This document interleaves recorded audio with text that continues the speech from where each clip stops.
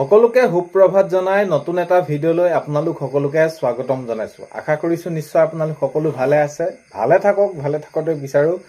আজিৰ দিনটো আপোনালোকৰ ভালে যাওক সেইটোৱে কামনা কৰিছো। দিনটো আপোনালোকৰ শুভ হওক। আজি হৈছে 29 মে। 29 মে ৰাতিপুৱাৰ কেইটামান গুৰুত্বপূৰ্ণ খবৰ আপোনালোকলৈ লৈ আহিছো। আপোনালোকে ভিডিঅ'টো শেষৰলৈকে চাব বুলি আশা কৰিলো। শেষত আপোনালোকে ভিডিঅ'টো চাই আপোনালোকৰ মন্তব্য কমেণ্টৰ জৰিয়তে জনাবলৈ নাপাহৰিব। আৰু ভিডিঅ'বিলাকত বহুত বেছি আপোনালোকে মৰম দিছে, তাৰ বাবে অশেষ ধন্যবাদ। আপোনালোকৰ ওচৰত সদায় চিৰকৃতজ্ঞ হৈ ৰম। আগলৈ এইদৰে মৰমবোৰ যাতে দি যায়। আপোনালোকে ভিডিঅ'টো ভাল পালে লাইক এটা কৰি দিব আৰু শ্বেয়াৰ কৰি দিব।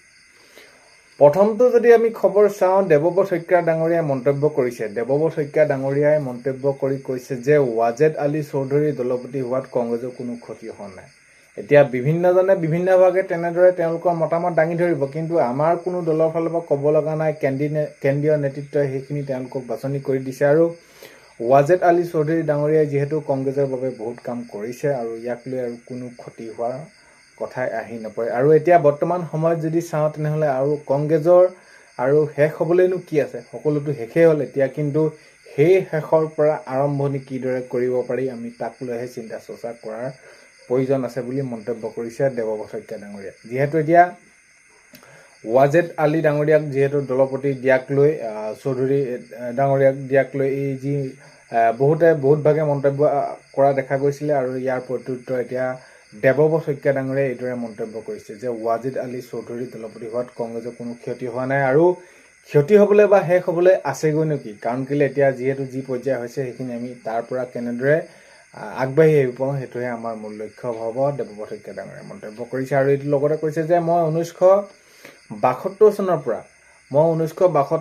চনৰ পৰাই কংগ্ৰেছৰ নিমখ খাই আছোঁ, আৰু মই এতিয়া এই কংগ্ৰেছৰ নিমখ খাই যদি অৱশেষত এতিয়া বিভিন্নজনে বিভিন্নভাৱে ক'ব মই বিজেপিলৈ যাম, মই বিজেপিৰ লগত মই মিত্ৰদি কৰিম, এই এনেকুৱা ধৰণৰ কথা। কিন্তু মই মোৰ স্থিতিত অটল। মই বিজেপিলৈও কোনো ক'ত কেনেকুৱা হওক, বিজেপি হওক, ক'লেও মই যোৱাত নাই। আৰু মই যিহেতু 1972 চনৰ পৰাই কংগ্ৰেছৰ নিমখ খাই আহিছোঁ আৰু মই মোৰ স্থিতিত অটল। আৰু এতিয়া আমি দলটো কিদৰে আগবঢ়াই নিব পাৰোঁ ইয়াক লৈহে চিন্তা, দেৱব্ৰত শইকীয়া ডাঙৰীয়াই মন্তব্য কৰা দেখা গৈছে। নেক্সট খবৰ, ৰাজ্যত চলিব পুনৰ উচ্ছেদ। এতিয়া মাননীয় মুখ্যমন্ত্ৰী মহোদয় নিৰ্বাচনৰ পূৰ্বে আপোনালোকে যি মন্তব্য কৰিছিলে সেইখিনি যদি আপোনালোকে চাইছে তেনেহ'লে নিশ্চয় গম পাইছে যে মাননীয় মুখ্যমন্ত্ৰী মহোদয়ে কৈছে যে 1 ইঞ্চি মাটি যদি অবৈধভাৱে কোনোবাই দখল কৰি আছে তেনেহ'লে সেই মাটিও আমি উচ্ছেদ কৰা হ'ব। আৰু এতিয়া যিহেতু কোৱা হ'ল, যোৱা বছৰত আমি যোৱা কাৰ্যকালত যিখিনি কাম কৰিলোঁ যে 1.5 লাখ বিঘা ভূমি আমি অবৈধভাৱে থকা সেইখিনিক আমি উচ্ছেদ কৰিলোঁ। আৰু এতিয়া এইবাৰ 4 পৰা 5 লাখ বিঘা ভূমি উচ্ছেদ কৰিবলৈ গৈ আছোঁ। আৰু এতিয়া এই ক্ষেত্ৰত যদি আমি চাওঁ, মেৰাপানী 2 নং নেঘেৰী বিলত পুনৰ চলিব উচ্ছেদ। এতিয়া ইতিমধ্যে সকলোখিনি প্ৰশাসনে জাননী দিয়া আৰম্ভ কৰিছে মুঠৰ ওপৰত। এতিয়া যদি আমি চাওঁ, মুখ্যমন্ত্ৰী মহোদয়ে কোৱা অনুসৰি বা ৰাইজক যি প্ৰতিশ্ৰুতি দিছিলে যে সত্ৰ মাটি হওক, চৰকাৰী মাটি হওক, য'ত যেনেদৰে নহওক, এতিয়া ৰাজ্যত চলিব পুনৰ উচ্ছেদ অভিযান।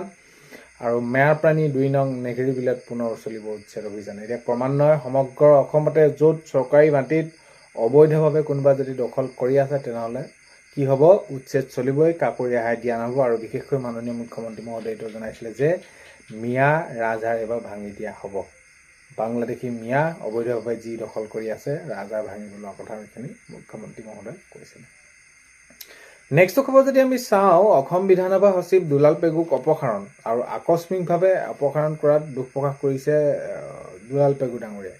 তেওঁ মন্তব্য কৰি বিভিন্ন কথা তেনেদৰে উল্লেখ কৰিছে যে তেওঁক আকস্মিকভাৱে এনেদৰে অপসাৰণ কৰাত তেওঁ অলপমান মনত দুখ পাইছে। তো এইখিনিয়ে মন্তব্য কৰা দেখা গৈছে। এতিয়া যদি আমি চাওঁ তেনেহ'লে অসম বিধানসভা সচিব দুলাল পেগুক অপসাৰণ কৰা হৈছে।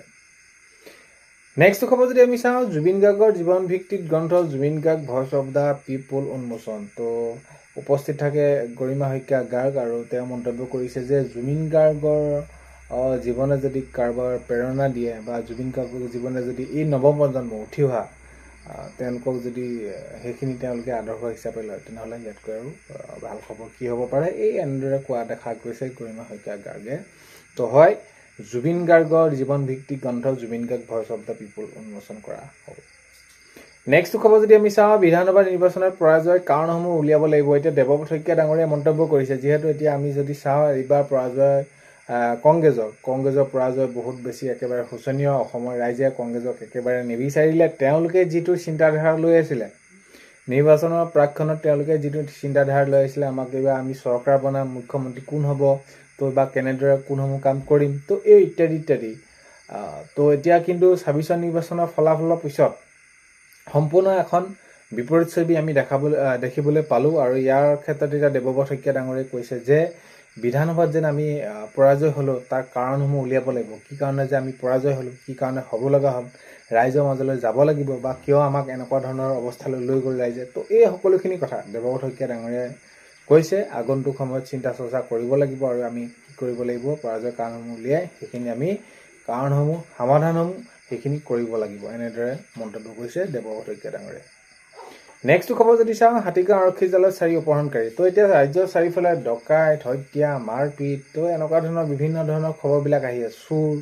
তো এতিয়া হাতীগাঁও আৰক্ষী জালত পৰিছে 4 অপহৰণকাৰী। তো এই এনেকুৱা ধৰণৰ যিসকল লোক জড়িত হৈ থাকে তেওঁলোকক কঠোৰতকৈ কঠোৰতম শাস্তি দিব লাগে। কাৰণ কেলৈ এই যে কাণ্ডবোৰ কৰিব পাৰিছে, তেনেহ'লে নিশ্চয় তেওঁলোকে যদি একো ক'ৰবাত কামো পোৱা নাই, দৈনিক কিবা এটা হাজিৰা কৰি হ'লেও তেওঁলোকে খাব পাৰিব, দৈনিক মজুৰি কৰিলেও তেওঁলোকে কিবা এটা পাব। কাৰণ কেলৈ তেনেদৰে বহুতো লোক চলি আছে। তো এই ক্ষেত্ৰত এই অপহৰণ, এই ডকাইতি, এই চুৰ, তো এইবিলাক কৰিব নালাগে। এইবিলাক কৰিলে কি হয়, ৰাইজৰ বাবে হওক, সমাজৰ বাবে হওক, মুঠপত এই যি বেয়া কামখিনি কৰি দেখুৱালে উঠি অহা আকৌ কোনোবাই কৰিবলৈ বিচাৰিব। তো এনেকুৱা ধৰণৰ যিসকল আৰক্ষী জালত পৰে তেওঁলোকক কঠোৰতকৈ কঠোৰতম শাস্তি দিব লাগে। আৰু এইখিনি ক্ষেত্ৰত আৰক্ষীয়ে সেইখিনি পদক্ষেপ লৈ থকা দেখা গৈছে।